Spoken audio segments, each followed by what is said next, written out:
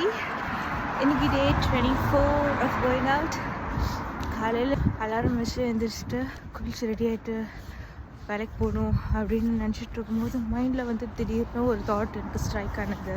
This is going to be the rest of my 30 to 40 years of life.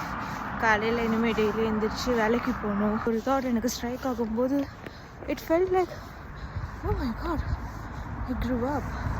ஏன்னா எங்கள் அம்மா தான் இந்த மாதிரி காலையில் எழுந்திரிச்சு அவசரமாக சமைச்சிட்டு எங்களெல்லாம் எழுப்பி குளிக்க வச்சு ரெடி பண்ணி விட்டுட்டு எங்களை ஸ்கூலுக்கு அனுப்பி விட்டுட்டு அதுக்கப்புறம் அவங்க ரெடியாகி அவங்களோட ஒர்க்குக்கு போவாங்க. She made it look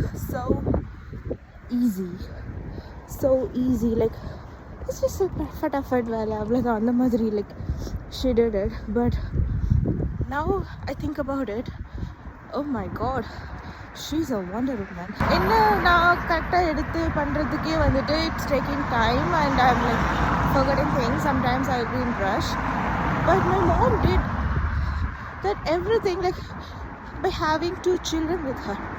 So I was like, how did she even do that? But sometimes it feels scary that I can never go back where my mom picks me up.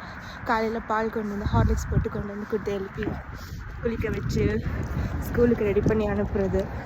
The only thing I used to worry about at that time was whether I prepared for my class test.